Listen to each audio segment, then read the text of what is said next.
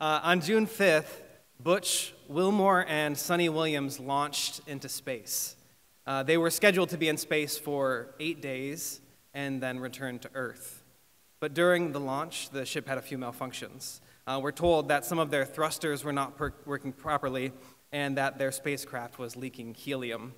Now, thankfully, the spacecraft was able to make it to the International Space Station. Butch and Sonny, they're safely aboard, but unfortunately, what was supposed to be 8 days in space is now going to be 8 months. NASA decided not to send Butch and Sonny home on a compromised spacecraft.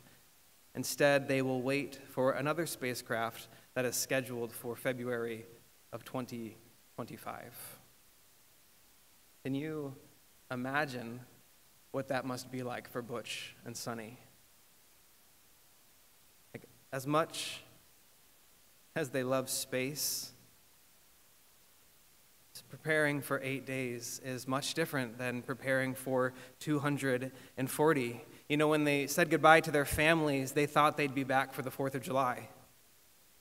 They thought they'd watch the Olympics together.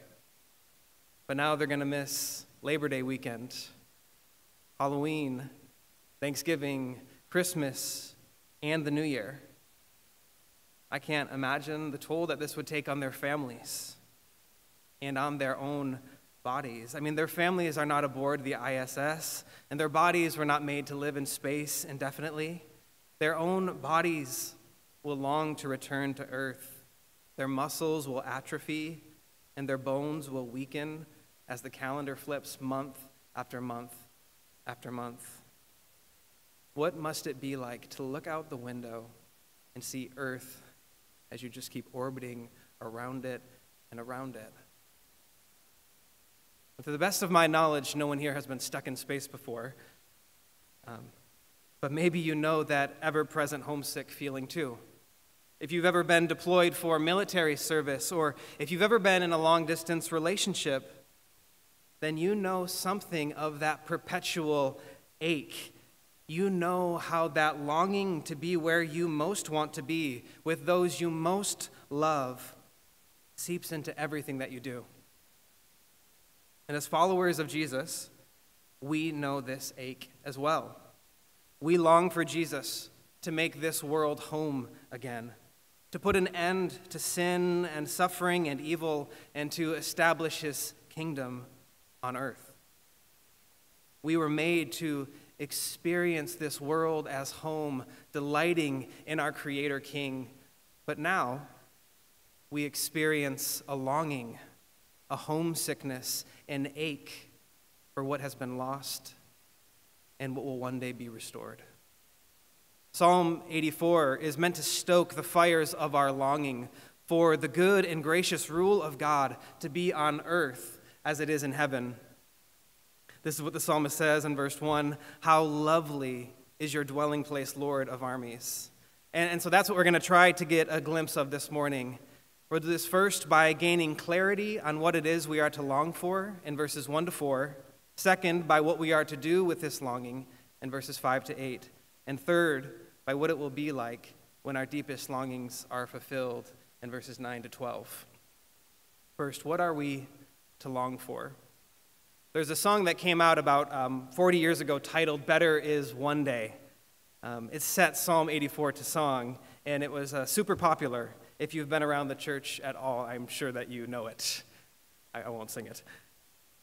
It was part of this much larger movement in modern Christian music that emphasized being in the presence of God. The idea being that God's presence is something that someone could experience anytime, any place. And this, of course, isn't completely misguided. God is everywhere present. The problem, however, is that our psalm is saying the exact opposite. The psalmist is precisely not where he wants to be. He wants more than a felt sense of God's presence.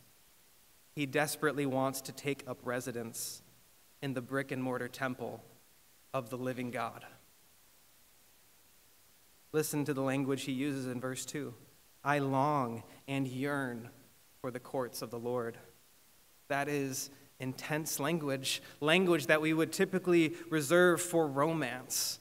Why would someone feel this passionately about the temple? Well, it wasn't because the temple was a beautiful structure, even though it probably was. He felt this way because it was the dwelling place of the Lord of armies. That phrase, the Lord of armies, is used 4 times in this psalm, and it's a military term. It communicates power and authority and rule. It was the same designation that David used when he was taunting Goliath.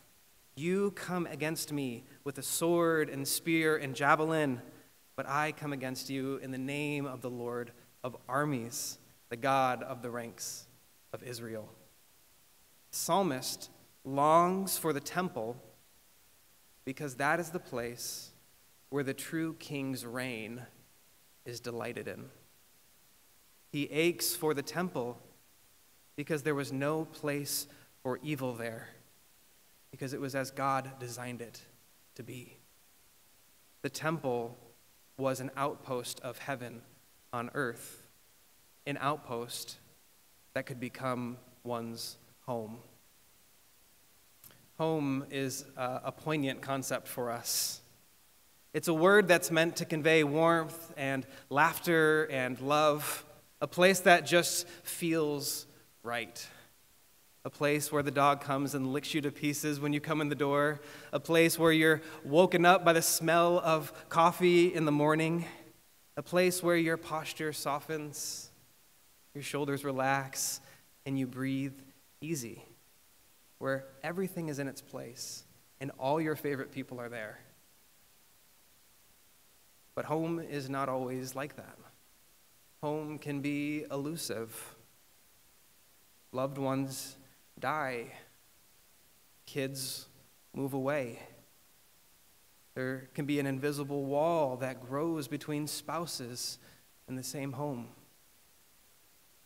Home can feel like some unattainable ideal rather than reality. Tim Keller writes about this in his book, The Prodigal God. He says, the memory of home seems to be powerfully evoked by certain sounds and sights and even smells, but they can only arouse a desire they can't fulfill. Why is this elusive longing for home such a common experience? So common that the psalmist says even the smallest of birds experience it. In verse 3, he says, even a sparrow finds a home, and a swallow a nest for herself, where she places her young near your altars, Lord of armies. And the answer that the Bible gives us over and over and over again is that this world is no longer the home it is supposed to be. Human beings have failed as God's royal representatives. Sin has spread to the far reaches of the earth. God's reign is not delighted in, and all of creation knows it. The world cannot be the home it was meant to be without God at its center. The echoes of what this world once were reverberate throughout our earth, but the reality often feels just out of reach, except for in the temple. Except for in the place where God's glory dwells. Except for the place where God is delighted in as king. In that place, the world is as it should be. In that place, the world feels like home again. In that place, on the top of a hill in Jerusalem, human beings, God's royalty, finally feel at home. The temple of the living God is the true home you were made to live in. Home feels elusive because you were made to dwell under the roof of the Lord of armies. That is why the psalmist is jealous of a sparrow who built a nest in the temple. That is why he is jealous of the priests that get to live there year-round. And that is why we should be jealous too. We should ache for this world to be the home it was always meant to be. and it's appropriate for us to ache. We were not made to know this world as we currently know it. There's not something wrong with you if it feels like this world is disjointed. It is disjointed. If you've ever had that sense that life just feels out of reach, like you're trying to fit a square peg into a round hole, you're not crazy. The world as we know it is not the home we were made for. And so even as we long for what will one day be, we also ache for what this world still is. And coming to terms with that is an important part of this journey. Part of our journey towards home is learning how to navigate the tension of being both hopeful and honest. On the one hand, we are a people of tremendous hope. Our hearts are set on the living God. But on the other hand, there is this ongoing ache that we're seeking to name and even in some ways accept. So how do we do that? How do we live with an ongoing ache and a glorious longing? How do we do that without becoming grumpy or depressed or resentful? How do we do that without just pushing all the bad stuff away and just acting like everything's okay? The answer we find in verses 5 to 8 is we are to set our hearts on Zion. If I were to ask you, based on the first section of this psalm, who is living the good life, you would probably say the person living the good life is the one who is dwelling in God's house. And you would be right. That is exactly what verse 4 says. Happy is the one who resides in your house. Happy here is sometimes translated as blessed, but a more helpful translation is the good life. What's interesting, though, is that in the next verse, the psalmist says the good life is also for those traveling to God's house. The good life is also available to those who are not yet where they want to be. Verse 5, happy, or the good life, is also for the people whose strength is in you, in whose hearts are set on pilgrimage. Which is sort of surprising, given everything that we just said. If the temple is the true home we were made for, then how could the travelers be described in the same way as the dwellers? We're not the dwellers, right? That's not our situation yet. We are not yet experiencing God's kingdom come and his will being done on earth as it is in heaven. We're in a time when evil feels so strong and it can feel overwhelming. So how is it possible for us to be happy, to live the good life, when we're not yet where we want to be? How can the good life be available to us, not only in the destination, but also in the journey? Well, on some level, I think we already have a sense of the answer to that. Why do we love movies like Rocky and shows like The Bear? Why does The Lord of the Rings stir our souls like little else can? Why is it that fictional characters can make our hearts soar? I mean, we love Rocky so much that they actually made a statue of him in Philly.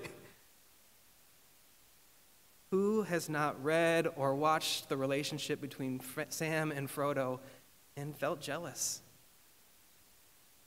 Why is that? Is it just escapism? No.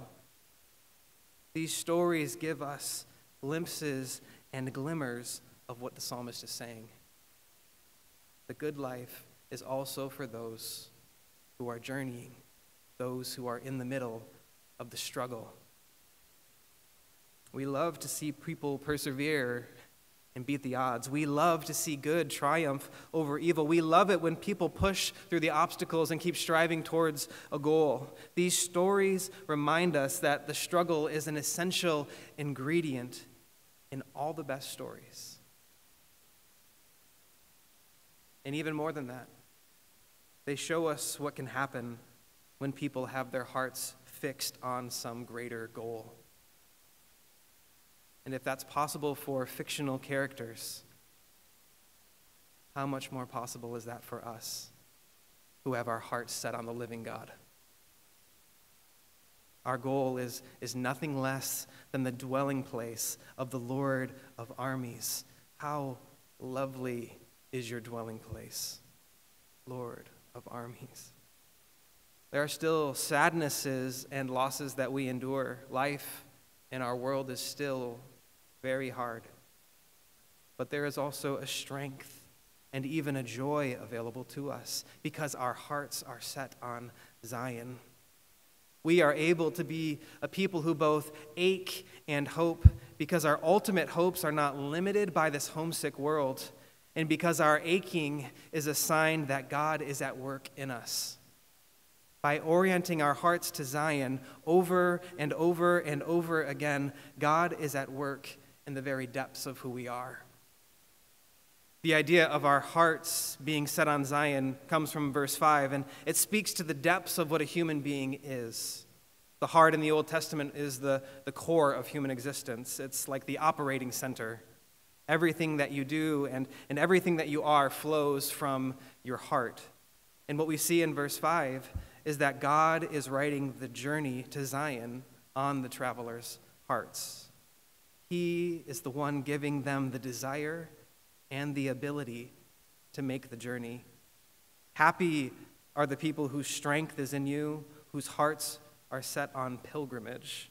Those two phrases help us to understand each other. The traveler's strength is in God, which means it comes from God, and their hearts are set on pilgrimage to Zion, which means that their desires are being directed back towards God. God is both the goal and the giver. He is both the destination and the source of strength for the journey. To have one's heart set on Zion means that God is at work deep within you. God is the one orienting you back to himself. Your aching is not opposed to the good life. God is the one who is at work helping you to ache back towards him.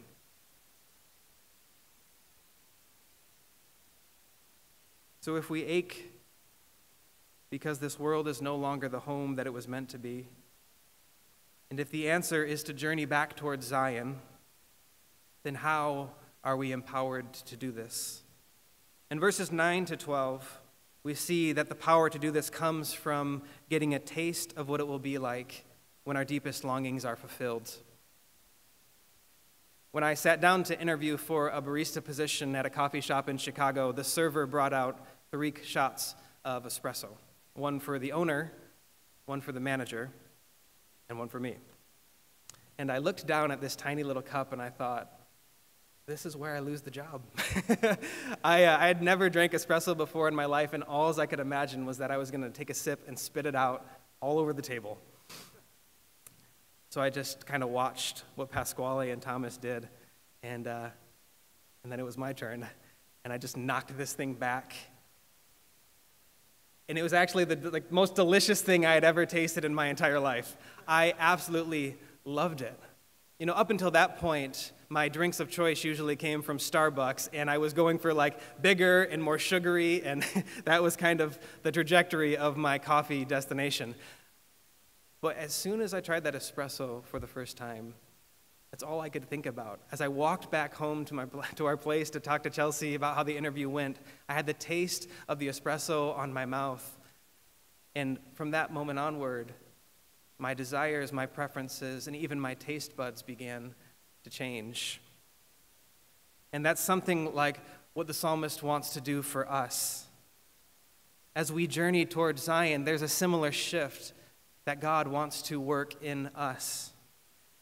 The psalmist wants to show us how life with God will be infinitely better, qualitatively different than life as we currently know it. And so he does this by 2 comparisons. In verse 10, he says, "Better a day in your courts than 1,000 anywhere else. I would rather stand at the threshold of the house of my God than live in the tents of wicked people." These 2 comparisons are extremely evocative, but they kind of run counter to conventional thinking, so we'll look at each of them briefly. First one, Better a day in your courts than 1,000 anywhere else. Which is to say that being in the vicinity of the temple for one day is better than having a 3-year, all-expense-paid trip to Hawaii. Which is kind of hard to believe. I mean, if you were to walk up and down Michigan Avenue polling people, and those were the options, I think we know what would be chosen most of the time. If you were to look to your left or your right and ask the person sitting next to you, don't do it, which would be the one that we would choose? I think the predominant answer would be Hawaii or wherever your favorite vacation spot is. It's hard for us even to conceive of a place that could be 1,000 times better than the best places this world has to offer. But the psalmist says there is such a place. And then the second contrast. I would rather stand at the threshold of the house of my God than live in the tents of wicked people. Standing at the threshold is referring to the job of being a doorkeeper. The psalmist is saying, I'd rather have a low-status job near the temple than to be in a position of comfort among the wicked. And that again runs counter to so much of how our world operates. I mean, who would actually pick being a forgettable person with a menial job over being rich and famous and beloved by the masses? The psalmist would. But why? It has to do with who God is. It is God that makes the difference. It is that the psalmist would be God's doorkeeper that makes it the better option. It is one day with God that is better than 1,000 anywhere else. Back in verse 2, God is called the living God, and in verse 11, God is likened to the sun, which is to say that he is the very source of life. He has life in and of himself. He has life at a level that we know like this much of. In fact, to say that he has life isn't accurate. He doesn't have life. He is life. God's life is so qualitatively different that it breaks our philosophical and linguistic categories.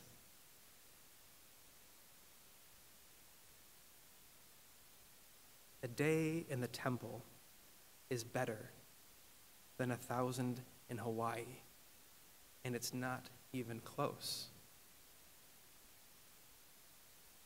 We have to use the best things that God has made in order to even grasp at how much better God is.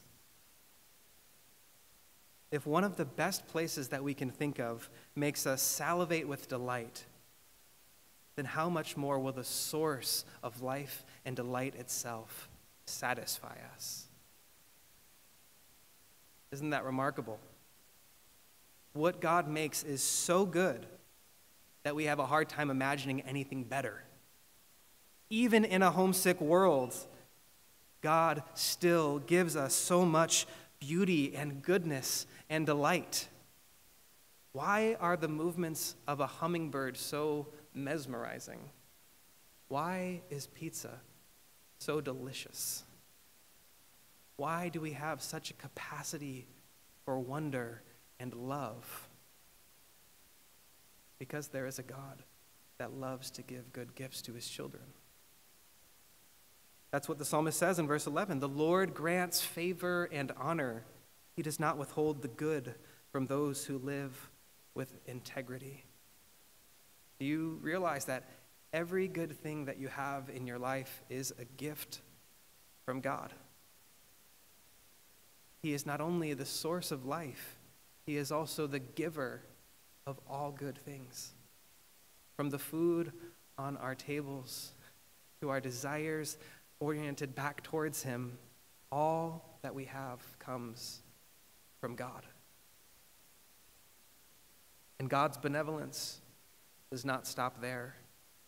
He has also given us his beloved Son. Jesus is the fullest expression of what it means that God will withhold no good thing. What greater good could there be than the eternal Son of God given for us? The one who came not to be served, but to serve and give his life as a ransom for many. The the one who lived his life with utmost integrity, the one who became a nobody from Nowheresville, Nazareth, so that we could dwell in God's house forever. The greatest in the kingdom of heaven became the least here on earth. Jesus are these comparisons made flesh and blood. If you want to know what God's reign will be like in the new heavens and the new earth, look at Jesus. If you want to know why you should desire to make the journey or why you should continue making the journey, look to Jesus. Because what the psalmist could only imagine, we see with far greater clarity in him. Jesus is the one through whom God is making this world home again. Now, as we do each week, we'll spend a few moments confessing to God the areas in our lives where we are aching, where we're struggling, and where we need Jesus' help. So let us take a few moments now to confess to our God.